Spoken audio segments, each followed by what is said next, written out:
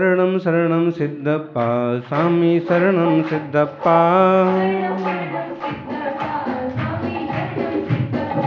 शरणं शरणं सिद्धप्पा स्वामी शरणं सिद्धप्पा शरणं शरणं सिद्धप्पा स्वामी शरणं सिद्धप्पा शरणं शरणं सिद्धप्पा स्वामी शरणं सिद्धप्पा शरणं शरणं सिद्धप्पा स्वामी शरणं सिद्धप्पा कम्म विमुक्ता सिद्धप्पा स्वामी शरणं सिद्धप्पा कम्म विमुक्ता सिद्धप्पा स्वामी शरणं सिद्धप्पा कम्म विमुक्ता सिद्धप्पा स्वामी शरणं सिद्धप्पा शरणं शरणं सिद्धप्पा स्वामी शरणं सिद्धप्पा शरणं शरणं सिद्धप्पा स्वामी शरणं सिद्धप्पा अट्टगुणड्डा सिद्धप्पा स्वामी शरणं सिद्धप्पा अट्टगुणड्डा सिद्धप्पा स्वामी शरणं सिद्धप्पा शरणं शरणं सिद्धप्पा स्वामी शरणं सिद्धप्पा शरणं शरणं सिद्धप्पा स्वामी शरणं सिद्धप्पा शरणं शरणं सिद्धप्पा स्वामी शरणं सिद्धप्पा शरणं शरणं सिद्धप्पा स्वामी शरणं सिद्धप्पा शरणं शरणं सिद्धप्पा स्वामी शरणं सिद्धप्पा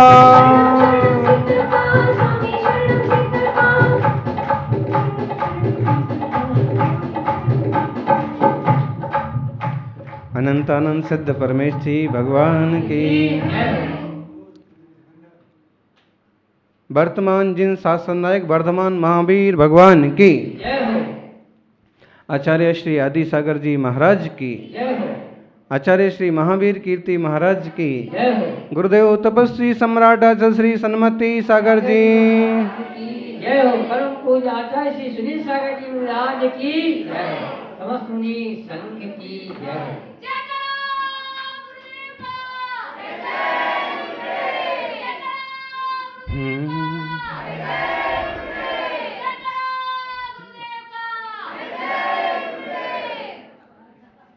सच है विपत्ति जब आती है,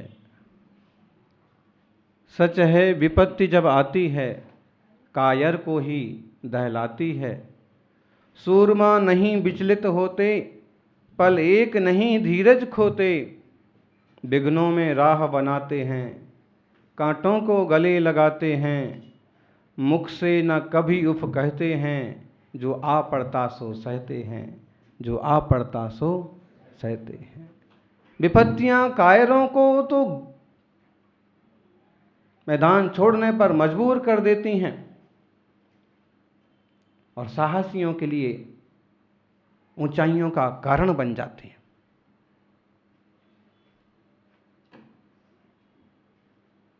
धैर्यशाली लोग वे होते हैं जो विपत्तियों के डर से अपने काम नहीं छोड़ देते, और कायर लोग जरा सी विपत्ति आती है तो मैदान छोड़ के भाग जाते हैं। चाहे आप वादिराज मुनिराज के ऊपर ये बात घटाइए, देह पर रोग की बड़ी विपत्ति आ पड़ी फिर भी विचलित नहीं हुए। चाहे पार्श्वनाथ स्वामी पर घटाइए कि उपसर्ग आ गया तो भी विचलित नहीं हुए, और चाहे आप इसे अपने जीवन में और गृहस्थी में घटाइए कि कैसे परेशानियां आ जाएं और कितनी दिक्कतें आ जाएं, तो भी सन्मार्ग को, धर्म मार्ग को छोड़ना नहीं, विचलित होना नहीं। जो होगा सामने तो होगा।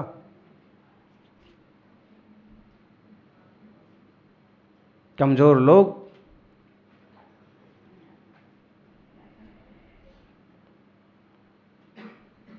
आलोचना के डर से अपने इरादे बदल देते हैं और साहसी लोग अपने कामों के दम से जमाने बदल देते हैं। जरूरी है हिम्मत, साहस, उद्यमम साहसम धैर्यम, बल बुद्धि पराक्रमम, षडेते यत्र विद्यन्ते तत्र देवोपि सहायकृत। तपस्वी सम्राट का एक प्रसिद्ध सुवाक्य। उद्यम, साहस, धैर्य, बल, बुद्धि, पराक्रम। मुनिराज वादिराज स्वामी देह की विपदा आई है तो भी भगवान की भक्ति में कैसे तल्लीन है। वो वेद ज्ञानी संत जानते हैं कि पुद्गल का परिणमन पुद्गल में हो रहा है। मैं तो ज्ञायक चैतन्य आत्मा हूँ, मैं तो ज्ञाता दृष्टा राम, मेरा दुनिया से क्या काम।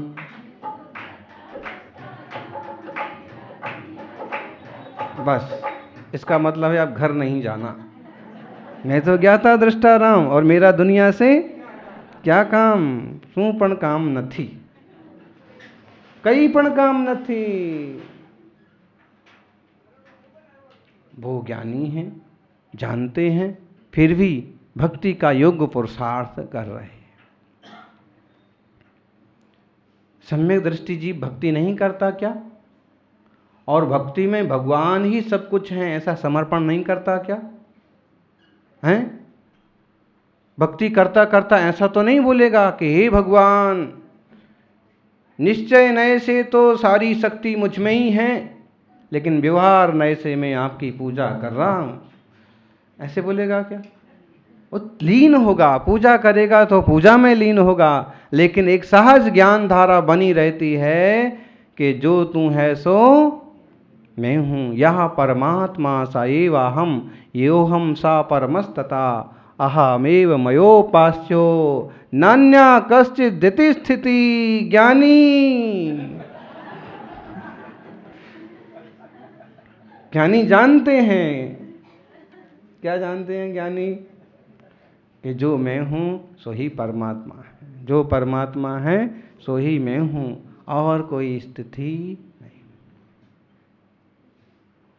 मैं अपनी उपासना करने योग्य में खुद ही हूं। अद्भुत है जैन धर्म, जैन दर्शन।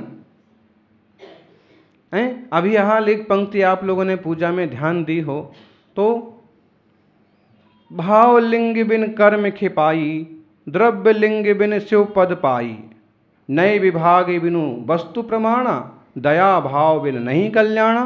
सिद्ध चक्र की चौथी पूजा की जयमाला की ये पंक्तियां बहुत लोगों को ध्यान में नहीं आती। पूछते हैं कि भावलिंग बिन कर्म खिपाई, भावलिंग के बिना कर्मों का नाश कैसे होगा? हैं? आजकल अमुक पंथियों ने जो बखेड़ा खड़ा कर रखा है, यही तो है कि भावलिंगी मुनि नहीं होते हैं, भावलिंगी मुनि नहीं होते हैं। अरे भावलिंगी मुनि नहीं होते हैं, तुम इसको कौन से थर्मामीटर से नापते हो? बताओ। बुखार नापने के लिए तो थर्मामीटर है, दूध नापने के लिए लीटर है, पैरोलीटर है, जो भी हो, बैरोलीटर। और बिजली नापने के लिए भी ये सब बना दिए हैं, लेकिन तुम कौन से यंत्र से नाप के और कह देते हो?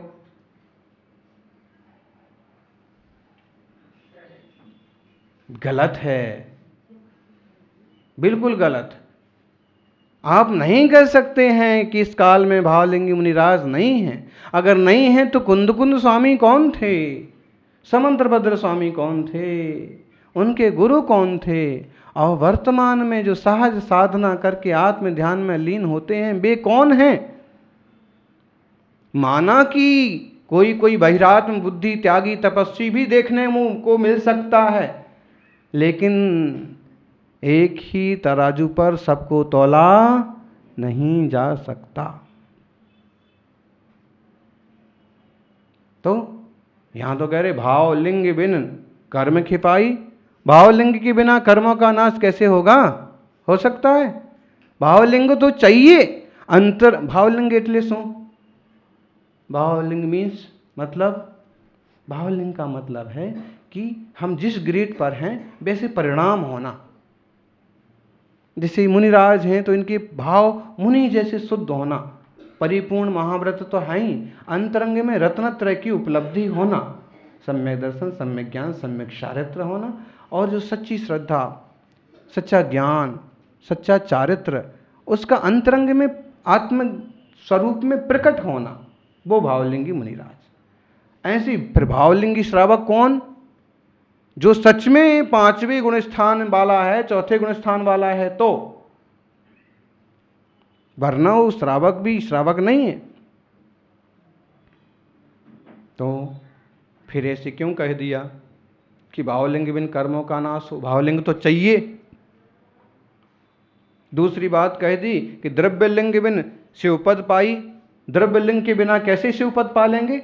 हैं? आचार्य कुंद कुंद स्वामी ने सीधी घोषणा की है, नवि सिद्धई बत्थ धरो जिण शासने जय भी होई तिथैरो।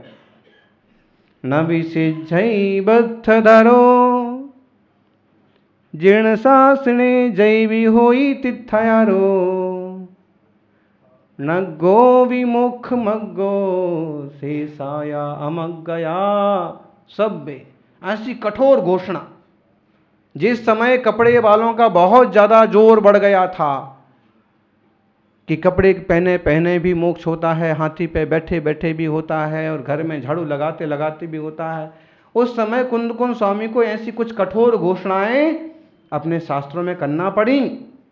नभी सिज्जई बत्थ धरो, कपड़े पहनने वाले तो तीर्थंकर भी हों तो घर में कपड़े पहने पहने उन्हें मोक्षा नहीं होगा। जब वह बन जाएंगे, दीक्षा लेंगे, वस्त्र फेंकेंगे, किसलॉन्च करेंगे, आत्मस्वरूप में उतरेंगे, तब जाके तीर्थंकर प्रभु को मोक्ष होता है। हम और आप तो कौन सी चीज है? फिर यही लाइन चुभेगी। तो क्यों कहा द्रव्यलिंग बिन शिवपद पाई? अब इसको समझो, इसके ही नीचे आधी लाइन पढ़ो। नए विभाग बिन वस्तु प्रमाना, दया भाव बिन नहीं कल्याण। नए विभाग समझे बिना कुछ भी समझ में नहीं आएगा। अब यहाँ ऐसे समझो कि यहाँ तो नयातीत चर्चा की गई है, जैसे समय सार में 144 नंबर की गाथा। 144 धारा,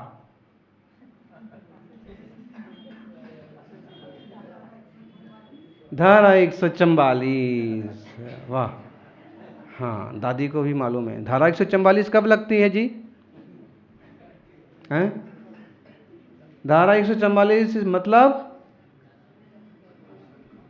नहीं मालूम?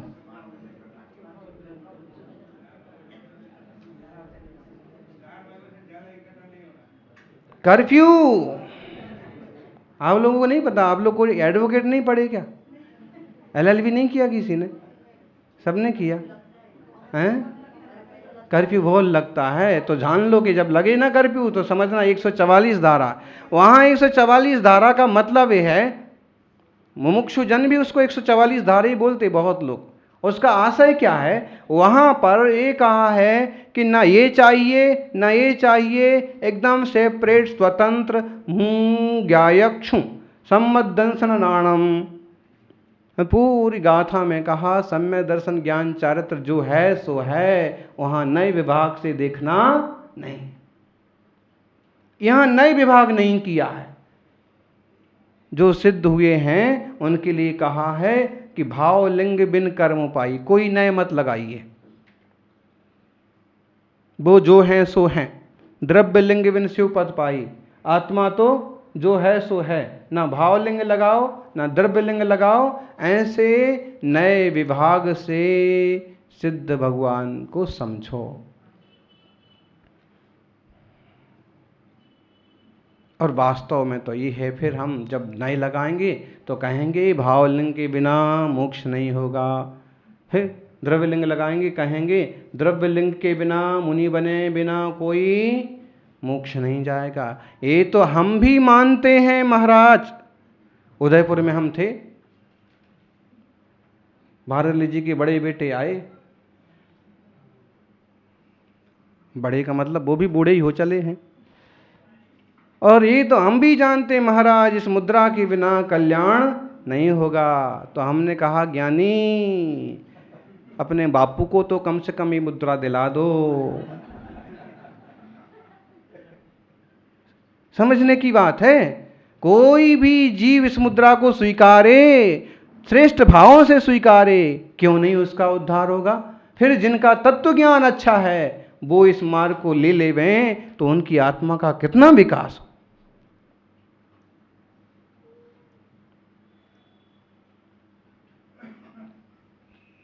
कल्याण थई जैसे, काम थई जैसे, थई जैसे, विधान थई जैसे। हाँ, शांति जाणवा महाराज नो प्रवचन थई जैसे। थोड़ी शांति रखो, थोड़ी देर। हाँ, व्यवहार पण थई जैसे અને કાલે આહાર પણ તમારો થઈ જશે। डोंट वरी, नॉट फिकर। अपन समझें बात को कि जब मार्ग है, मार्ग की समझ है, तो मार्ग को स्वीकार करने की हिम्मत करना चाहिए, साहस करना चाहिए। आत्मार्थियों, भगवान की आराधना में कहते हैं, और यहाँ ये भी कह दिया दया भाव बिन नहीं कल्याण। दया भाव तो जीवन में होना ही चाहिए। पंगु सुमेरु चूलिका पर से, गूंग ज्ञान आरंभे स्वर से, यूं अजोग कारज नहीं होई, तुम गुण कथन कठिन है सोई। आपकी भक्ति करने वाले तो गूंगे की भी गाने लगते हैं और लंगड़े भी नाचने लगते हैं।